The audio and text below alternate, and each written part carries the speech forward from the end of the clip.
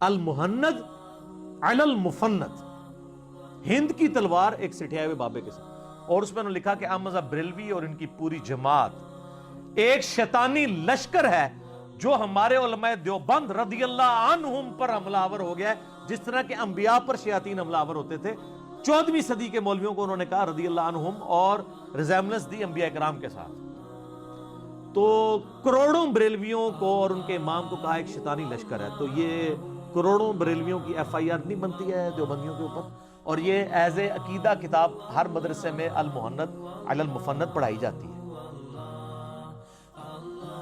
یہ وہ کتابیں جس سے یہ بھاگ بھی نہیں سکتے، باقی انہوں نے کہا کہ فضائل پہ ہے جی، یہ تو ضعیف روایتیں ہیں جی، یہ تو لوکل عالم نے لکھی ہے۔ سر 35 علماء دیوبند کے سائن ہیں المہند پہ، انکلوڈنگ اشلی تھانوی صاحب کے، ان کے سگنیچرز باقاعدہ موجود ہیں کہ میں نے اس کتاب کو پڑھا ہے اور میں جو وہ اس کے ساتھ متفق ہوں اور اس کتاب کا فیض پہنچے، وہ آپ کو ان کو پتہ ہے سب کچھ۔